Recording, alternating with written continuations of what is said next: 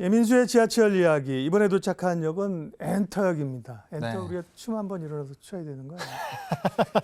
춤이 아마 율동이 안 맞지 않을까. 그러니까 우리가 알고 있는 건 뭐 기껏해야 뭐 이런 거밖에 없잖아요. 아, 그죠? 그렇죠. 예, 요즘 맞습니다. 따라하는 거를 뭐 따라할 수가 없어가지고. 네. 와, 엔터주는 정말 뭐 사실 SM 관련된 한 차례 홍역, 뭐 노이즈가 좀 있었는데, 그죠? 네. 그리고 이제 하이브도 좀 그것 때문에 눌릴 거로 생각했는데, 뭐 하이브가 불을 붙이더니만 JYP가 또 JYP 오늘 신고가예요? 네, 신고가 찍었습니다. JYP가 역시 제일 잘 가는 건가요?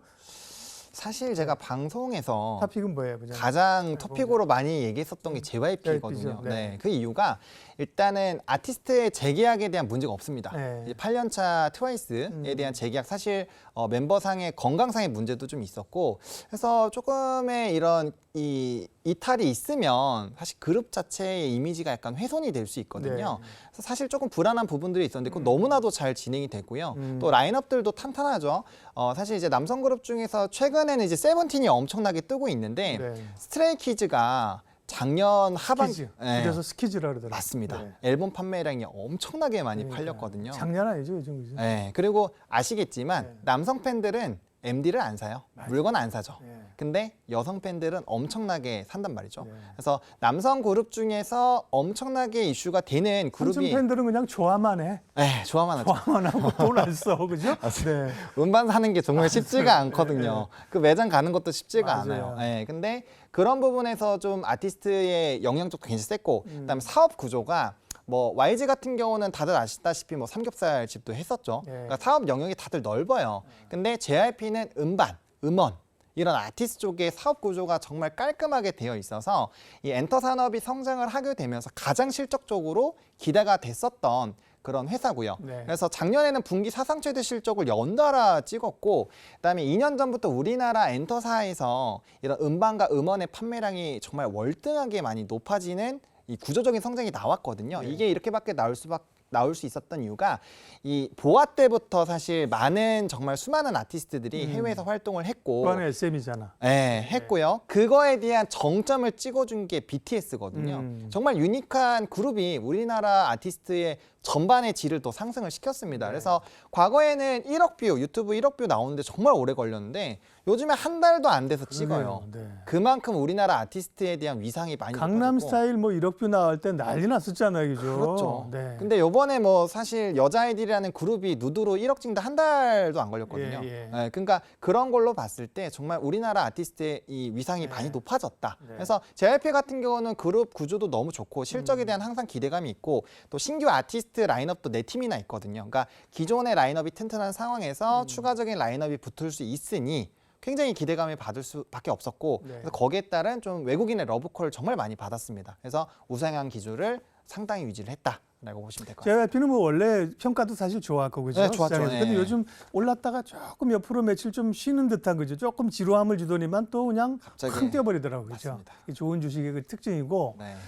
하이브는 사실 SM이랑 엮여가지고 처음에는 막 네. 환호를 했다가 나중에는 또 뭐 발목 잡힐 수 있어 이래가지고 또 그렇죠. 뭐 이랬다가 그죠? 갑자기 SM 인수 끝나니까 올라가는 이유는 뭐 지민 효과? 또 이제 오늘은 이제 그렇죠. SM하고의 좀 그 컨텐츠 결합 이런 거 그죠? 그런 네네. 게 얘기가 좀 나왔었잖아요. 하이브는 근데 단기적으로 많이 올랐어요. 많이 올랐지만 저는 추가적인 상승력을 충분히 보셔도 된다라고 말씀을 드리고 싶은 게 사실 이제 이 하이브가 많이 떨어졌었던 이유가 이 방탄소년단의 이 군대 그렇죠. 이슈가 있었고 그래서 이제 그룹 활동을 안 하는 부분인데 이게 사실 단방에 끝날 수 있었는데 뭐 국방부에서 아주 괜히 해준다 그래가지고 네, 설문조사하고 기대감 만들고 이게 지속되면서 사실 조금 억울하게 빠진 부분도 있거든요. 밸류를 빼더라도. 원래 좀 해준다고 그랬어요. 그러다가 맞아요. 뭐가 이슈가 하나 터져가지고 꼬이기 시작해갖고 그죠? 네, 예. 그래서 결과적으로 너무 안 좋았는데 네. 그때보다 방탄소년단에 대한 비중이 많이 줄었고 네. 뭐 르세라핌이라든지 네. 뉴진스 제가 굉장히 뉴진스. 좋아하는데 네. 엄청나게 핫하게 지금 떠오르고 있죠.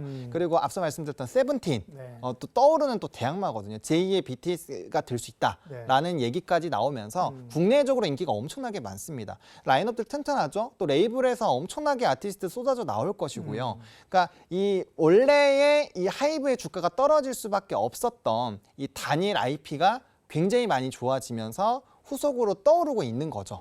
게다가 뭐 이 밸류상으로도 실적이 많이 좋아지고 있기 때문에 10만 8천 원인가 뭐 그때까지 떨었어요 지난번에. 네, 정말 많이 떨어졌죠. 예. 그래서 거기에서 올라오고 있는 상황이고 네. 최근에 엔터사들의 이런 긍정적인 시그널들 그리고 네. 글로벌적인 IP 그리고 앞서 말씀해주신 뭐 빌보드 차트 순위 들어간 것들 이런 것들을 본다라고 한다면 군대를 갔다 왔을 때 완성체가 또 탄생이 되잖아요. 그러니까. 그때의 또 밸류를 보면은 이거는 상당히 기대를 해볼 만하다라는 거죠. 군대 갈 때는 이제 그것 때문에 눌렸는데 그렇죠. 지금 이제 2명 갔을 거예요, 그죠? 가니까 이제 벌써 제대 후의 완성체 얘기, 뭐 2020년 네, 뭐 그렇죠. 이렇게 얘기하고 있어요, 그죠? 네. 예. 사실 그 기대감이 커질 수밖에 없죠. 왜냐하면 갔다 왔을 때는 그러니까요. BTS뿐만 아니라 이제 네. 뉴진스도 있고 르세라핌도 있고 세븐틴도 있거든요. 그러니까 이게 굉장히 강해졌다라는 거죠. 국방부 시계는 돌아간다. 아, 돌아갑니다. 빨리 생각보다 나오면 빨리 가거든요.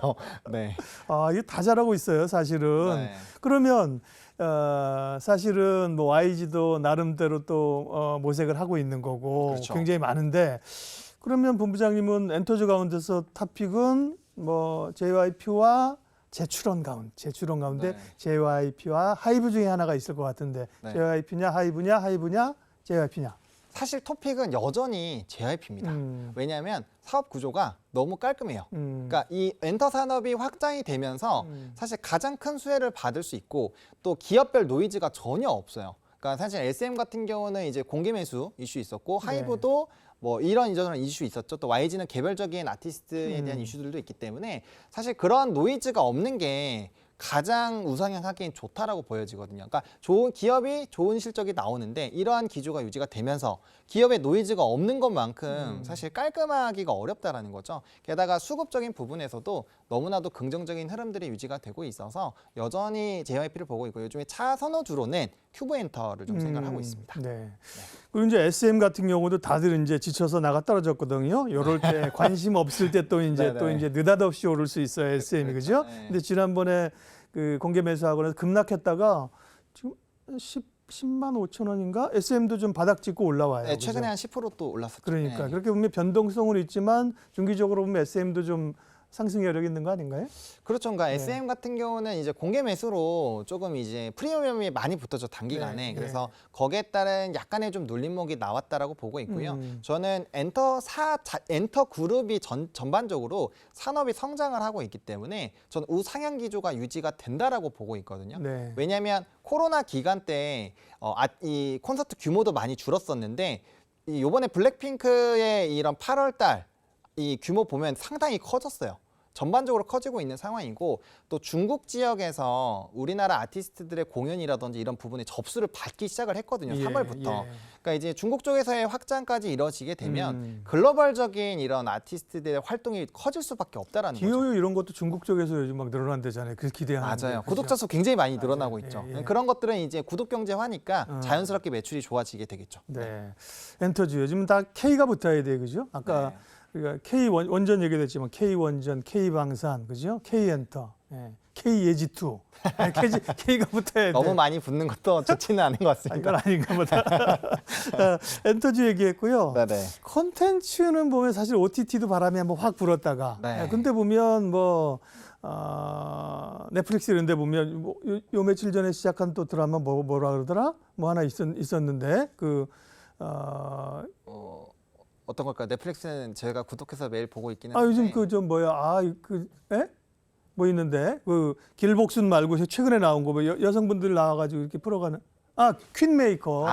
퀸메이커도 이제 지금 네네네. 막 바람을 몰고 있다는데요. 네. 그런 콘텐츠 관련주는 어떻게 봐야 돼요? 사실 컨텐츠 관련된 종목은 저는 좀 긍정적으로 보고 있는 게 네. 일단은 금리 인상이 올라왔잖아요. 그러다 보니까 사실 우리가 가용 소비력이 많이 떨어졌습니다. 그럴 때는 이제 저비용으로 누릴 수 있는 엔터 그리고 콘텐츠 OTT 뭐 플랫폼 하나 가입하면은 상당 부분 재밌게 즐길 수 있거든요. 네. 그리고 웹툰 이런 쪽은 긍정적으로 보실 필요가 있다라고 보고 있고요. 그러니까 사실 이제 이 미디어 이 콘텐츠 쪽이 넷플릭스의 OTT 가입자 수에 너무 영향을 많이 받아요.